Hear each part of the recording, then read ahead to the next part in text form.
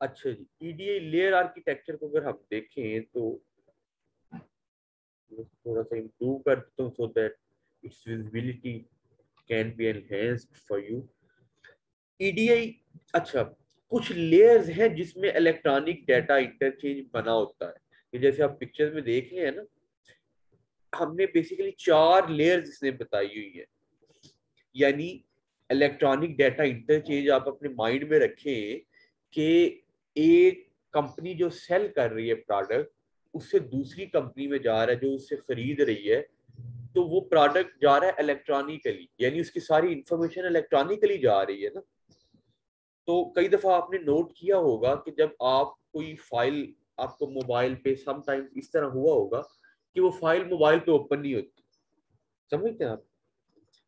उसकी वजह क्या है जी? इसका फॉर्मेट कोई और है, ये पिक्चर फॉर्मेट में है, ये एक्जी फाइल में है, ये वर्ड फाइल में है, ये एक्सेल में है, इस तरह होता है।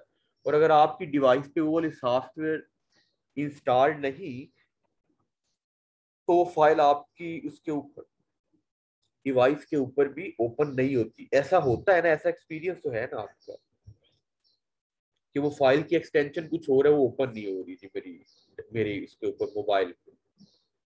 Do you have such experience before? ऐसा कोई एक्सपीरियंस हुआ हो किसी को? क्यों जी?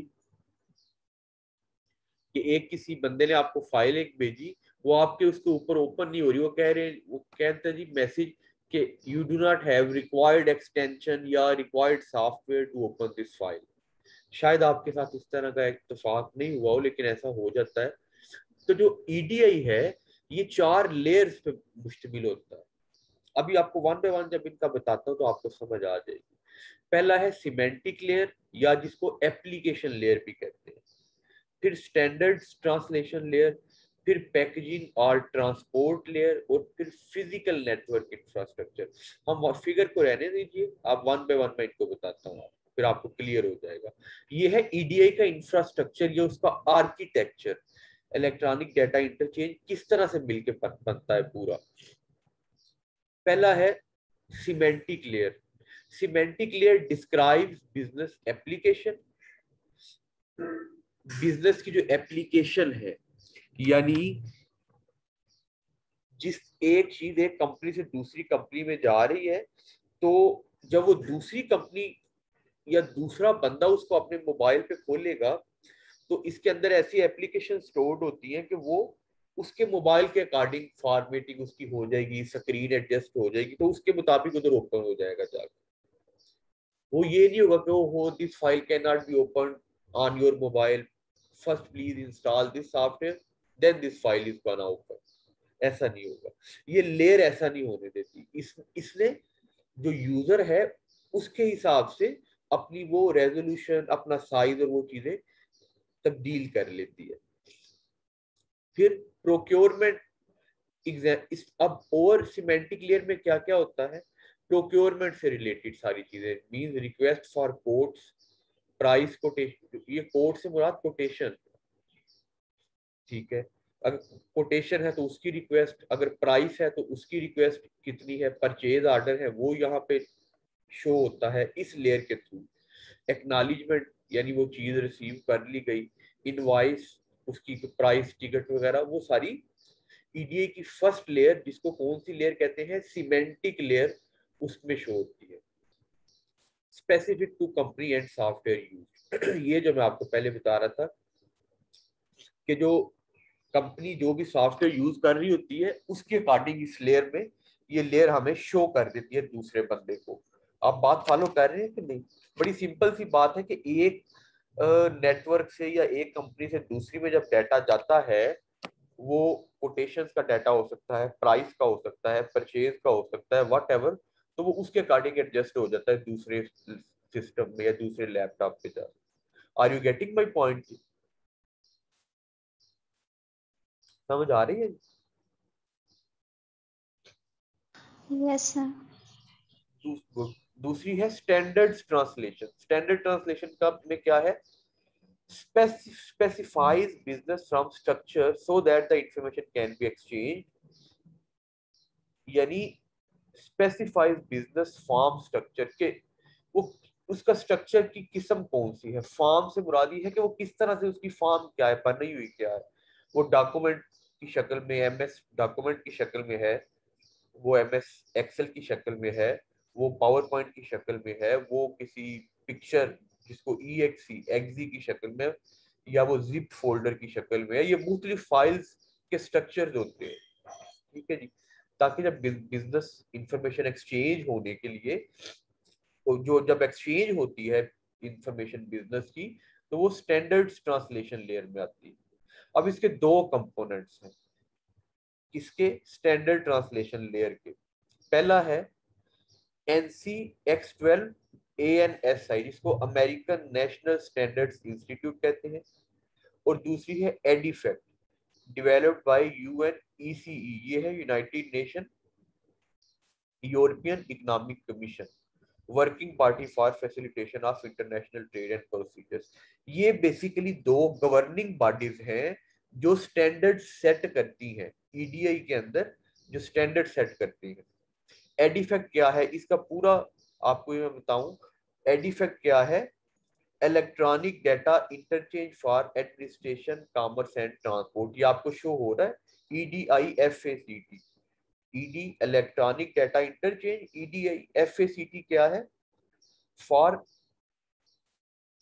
Electronic data interchange for administration.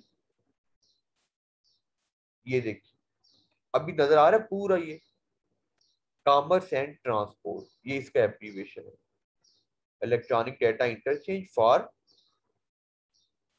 Administration commerce and developed by, ये किसने इसको किया था, ये UNECE, United nation European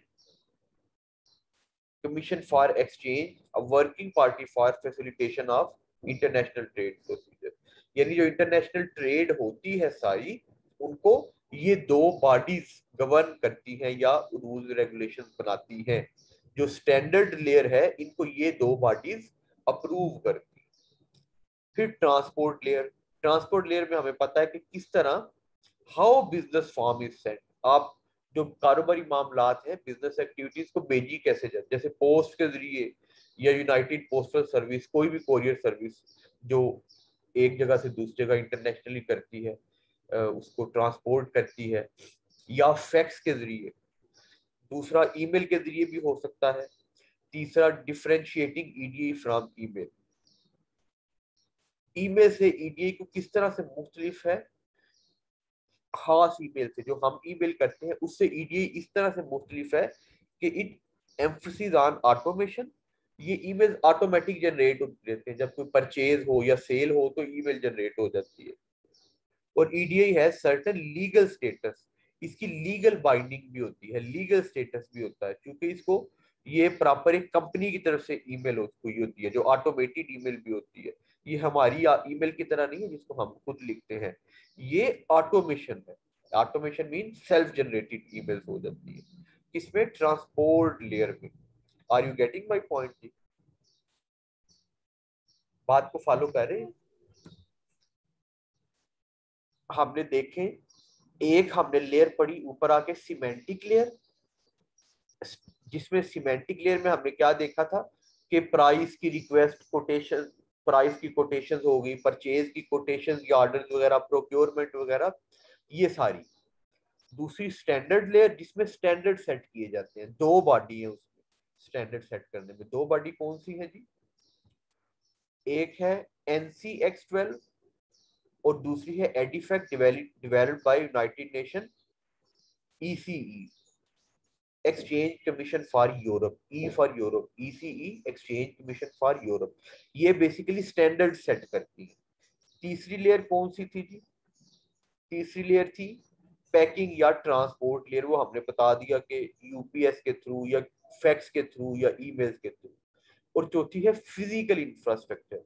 physical infrastructure अब कैसे है जी, फिजिकल इंफ्रास्ट्रक्चर बना होता है या डायल अप लाइंस पे, जो थोड़ा सा ट्रेडिशनल था, फिर इंटरनेट, फिर अब ज्यादा VAN के through, VAN value added network, ठीक है। इसकी जरूरत नहीं है।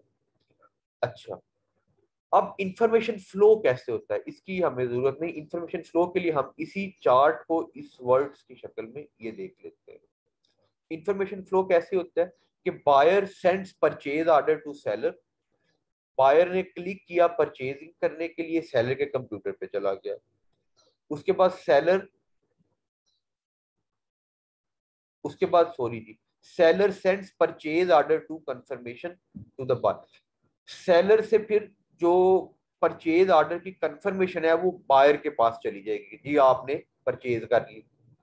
फिर seller sends booking request to transport company, अब जिस ट्रांसपोर्ट कंपनी से उसने चीज मंगवानी है, किसको देने के लिए, बायर को देने के लिए। बेशक वो खुद भी बना रहा है तो जाहिर है वो ऑनलाइन से रिक्वेस्ट तो जाएगी ना पहले, तो वो ट्रांसपोर्ट, उसको जिस कंपनी ने आगे ट्रांसपोर्ट करनी है चीज, किसको, बायर को, उसको रिक्वेस्ट जाती है।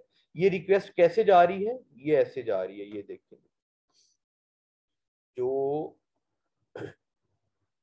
ये लेयर है ना, third layer EDI transport layer, इसके थ्रू जा रहा होता है। ठीक है, तो क्या किया, seller sends booking request to transport company ताकि वो बुक करवा ले उसकी प्रोडक्ट जो बायर को भेजनी है। फिर transport company sends booking confirmation to seller, तो ट्रांसपोर्ट कंपनी भी अपनी जो कंफर्मेशन है वो सेलर को भेज देती है। जैसे सेकंड स्टेप में सेलर ने किसको भेजी, बायर को। चौथे स्टेप में ट्रांसपोर्ट कंपनी ने सेलर को भेजी। उसके बाद seller sends advance ship notice to buyer, अब फिर सेलर क्या करता है, वो बायर को बता देता है, ले जी आपकी बुकिंग का नोटिस हमने करवा दिया, तो ये है आपकी कंफर्मेशन, ये है शिपमेंट की। अच्छा, seller sends advance ship notice to the buyer को उसने भेज दिया।